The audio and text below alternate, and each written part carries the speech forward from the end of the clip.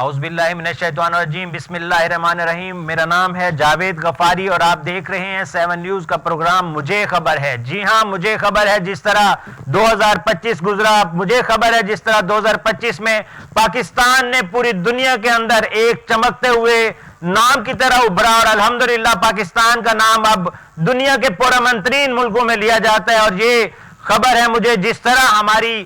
اعلیٰ قیادت نہ صرف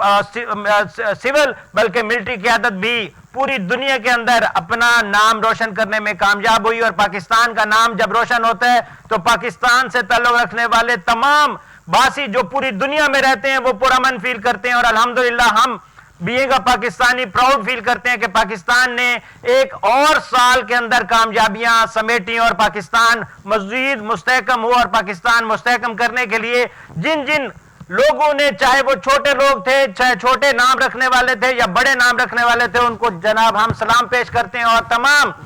صوبوں کے جو قیادت ہے یا پھر ہمارے جو لوگ جو نیچے بیٹھ کے کام کرتے ہیں جن کا نام خبروں میں ہم نہیں لیتے، لیکن انہوں نے بھی پاکستان کو مستحکم کرنے کے لیے 2025 میں بھرپور کوشش کی۔ نہ صرف ہم بلکہ پوری دنیا کا میڈیا بڑھ چڑھ کر بولا کہ پاکستان الحمدللہ پرامن ملک ہے اور پاکستان ترقی یافتہ ملکوں میں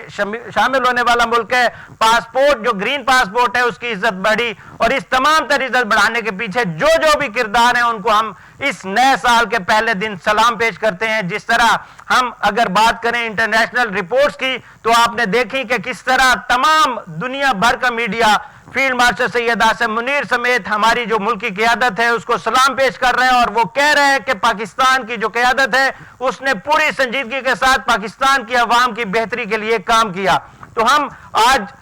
تمام ان سپوتوں کو سلام پیش کریں گے جن سپوتوں نے یہ 2025 کے اندر اپنا کردار ادا کیا، اور نہ صرف